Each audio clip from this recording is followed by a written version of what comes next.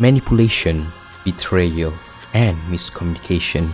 These are the recipe for madness. The situation is tense. These two factions, Trinity and Gehenna, is just one wrong move away from war. The peace treaty for a non-aggression pact between them suddenly fell apart after the disappearance of the third-party president, which oversees the treaty, making the treaty non-liable. And they are in process to sign another peace treaty, which named Eden Treaty, but each party have different plans in mind. The Trinity faction itself is not a presentable state either. Modern-day Trinity was nothing more than a collection of hostile school and faction. Eventually, through the efforts of the three major academies, the first economical council was held, and a promise was made to stop the fighting between each school, forming the alliance that persists today called Trinity. And one of those factions in which the Arius satellite school are against the formation of the alliance and will later purge and went into hiding as a result. This faction is the third faction and the one that affects the story the most. A few things happen and later the Arius school falls into the hand of Beatrice, who taken the role as its president. She would use her power to manipulate the students by teaching them the truth of the world. The students who were oblivious to her intention believed her word as the truth, allowing her to manifest their contempt towards Gehenna and Trinity to become the hatred they're known for nowadays.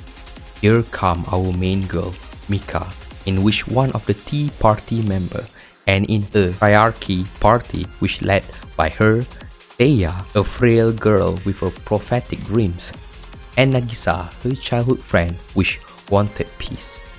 Mika herself is a sweet girl and tries to get along with everybody, but not much of a brain herself. She have a strong hatred towards Gehenna and oppose the idea of the treaty itself, but I myself believe her hatred is just a baseless and only due to the fact that Trinity wants at war with them, and she thinks that is what everybody wants. Nonetheless, to achieve Trinity victory, she does need more military strength. Thus, she managed to reach out to the long-forgotten Arius school, and with a good intention to reconcile by offering to make peace between them and Trinity, asking for an Arius student to be secretly transferred to Trinity to show that students from these two schools can get along. But Beatrice, having no intention to do so, sees this as an opportunity to gain intel instead, and takes any chances to gain power by the destruction of these two big academies. Mika, unbeknownst to others, have brought Trinity closer to its destruction, and soon she'll regret it. This is a story about how Mika slowly descends to madness.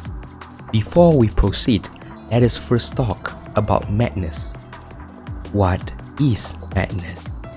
Quoting a Reddit post that heavily inspired this video, there's actually quite a few textbook definitions that range from foolishness to a mental illness. We will be focusing on neither, as those definitions do not apply to any student we have met so far. Instead, we will be going with that for a frenzied state, as it the best relates to the girl of the hour. To explain myself a bit, I didn't go with Wakamo, as we haven't seen much of a sane side, while Haruka is mostly played off for comedy and is spontaneous by nature. Mika in particularly as she is first introduced. Like any flower, these characters doesn't immediately bloom into madness, rather it's a slow and visible process, to which negative circumstances or pre-existing cracks show themselves over time. Azusa, the student which brought in from Arius, begins studying knowledge about Trinity in preparation for the mission, genuinely believing in the possibility of peace. However, the situation changed when Mika, annoyed at a fellow Tea Party member Seiya who liked to call her dumb or politically inept, she asks Arius to teach her a lesson as a merely harmless prank to show her success in reconciling with the Arius school.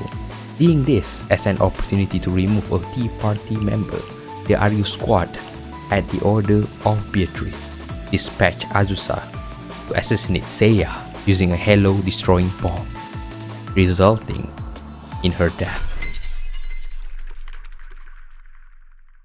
Seiya's dead? That's probably what's Mika thinking at the moment. That's not what they're supposed to do. It should be just a harmless joke. Why? Why did I do this? Of course, because I hate Gehenna so much. Yes, I want to be the host. Seiya is weak anyway, and Nagisa probably just wanted peace with those filthy Gehenna students. This was inevitable. Sacrifices had to happen. Yeah, that must be it. Mika began panicking and hatched a plan to remove Nagisa in a coup, planning to place herself as the leader of the Trinity and incorporate Arius as Trinity's new military arm. Unbeknownst to her, Arius planned to turn on her following the success of the coup. But fortunately, Mika and the Arius attack force were defeated.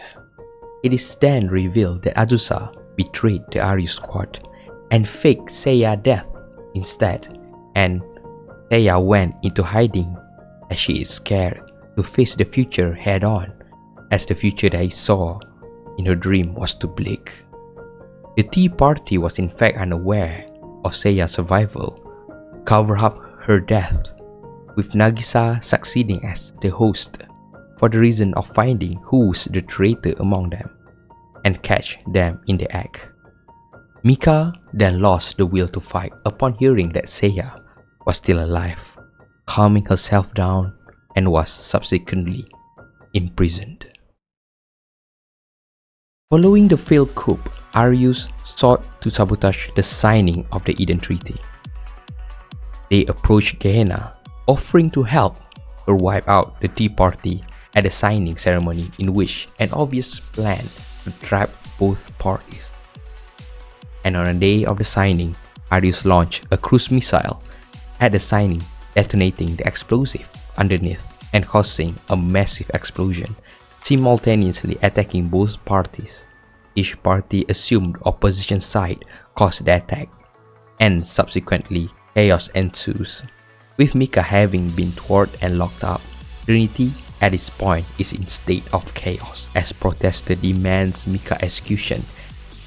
Despite the protection of the place, Mika's precious belongings will be destroyed while she sits in solitary, listening to the outside jeers calling her a witch.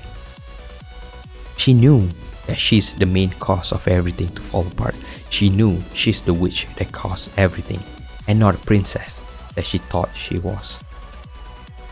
Despite all that, only her close friend matters to her, Seiya and Nagisa, and she just wanted to meet and apologize to them.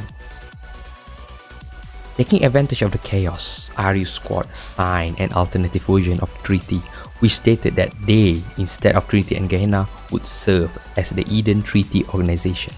Fortunately, with the help of Sensei, the Arius squad is fanned off, and a new treaty has been re-established. Looking as Sensei managed to change the future, Seiya strengthened herself and woke up from her hiding. And as Sensei requested, Seiya will be meeting Mika privately and reconcile, because Seiya also knows that if she just woke up and tell the truth, this whole scenario can be avoided. At the same time, Seiya get another dreams of the future, but this time it is Sensei that are in danger, as the Arius squad will approach Sensei. She quickly tries to relay the message to someone, as in this case Mika, and unintentionally blame Mika for bringing Sensei to solve the treaty incident. Soon after, she fainted. Mika, before the point of meeting Seiya, just thought that they are just going to make up and things will go their merry way. But then this happened. She didn't get to say sorry and even thought that she killed Seiya again. Since their meeting are in private, everyone called her a murderer just to reaffirm herself that she's one. There is no second chances, no forgiveness. But even so, she believed she need to end what she started. Now, the final step and the moment we all been waiting for has come, the snapping point. Mika breaking down her prison wall and cheerfully picking up her gun will technically be the starting point of her insanity.